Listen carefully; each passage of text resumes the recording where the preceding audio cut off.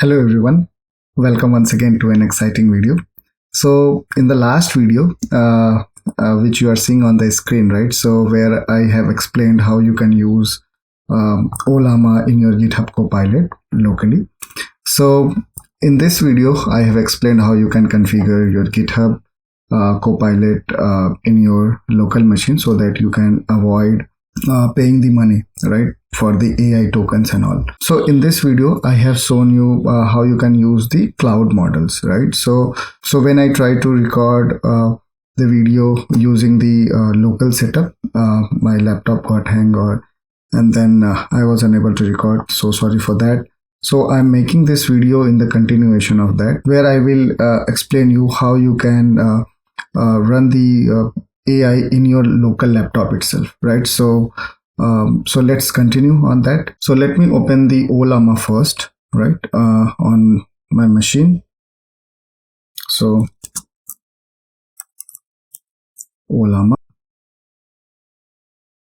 right? You can see that Ollama is running. Right, now let me minimize that, open the terminal, clear. Right, so let me show you, let me close this window. So you can see that I can run Ollama ls. So you can see how many models I have. Now if you notice over here, I have JAMA 4 E4B, right, which is installed locally. It is not the cloud model, right? So I'll be using this model in my VS Code, right, GitHub Copilot. So the process is simple. If you want to see the process, you can follow the last video, how you can set up it. So let me just, before opening that, right, so let me run the server logs as well, so that we can see that actually it is working over here. To see the server logs, right, so we need to run a command. So let me run that, tail-f.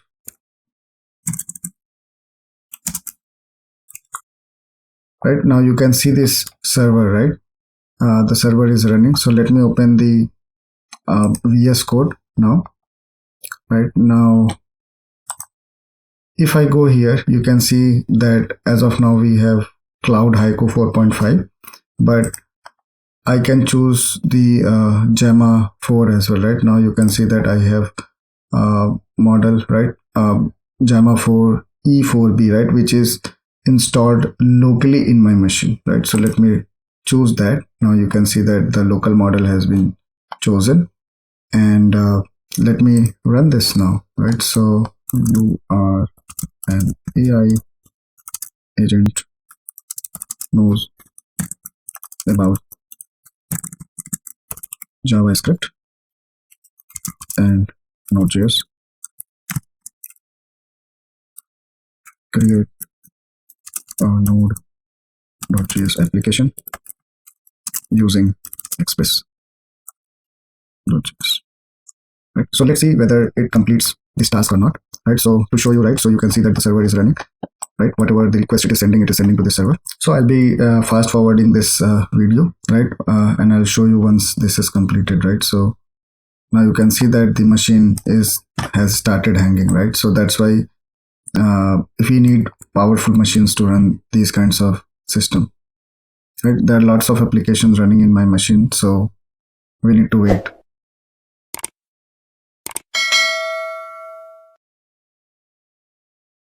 Now you can see that it is working, right? You can see on this screen, allow in this session.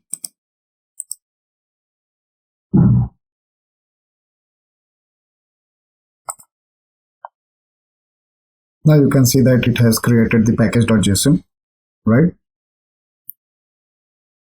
And it is still running. So you can see that it is working fine.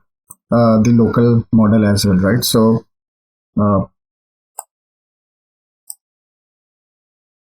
and you can see that it is running with the help of JAMA 4 EB, right, which is installed locally in my machine. So this is how you can use local LLMs in your project or for a small task, right, for these things. So why we are using cloud models? Because we are not having very powerful machines, but the process will be simple. right? Same as how you are using cloud models, you need to configure the same, the local installed LLMs as well. The one thing you need to consider is you need to have very powerful machine to process these kinds of requests, right? So be aware of that. So last time when I was recording this, my laptop got hung, right? So, and I have to stop recording there itself, right? So now this is the continuation of the previous video. Now hopefully this time it will work, but still you can see that the laptop has started lagging, right? So one thing to consider that you need to be having a very powerful machine to run these kinds of LLMs in your local. So guys, now you can see that it is working fine. So it is taking longer time, so I'm not going to continue this. I'm going to stop this.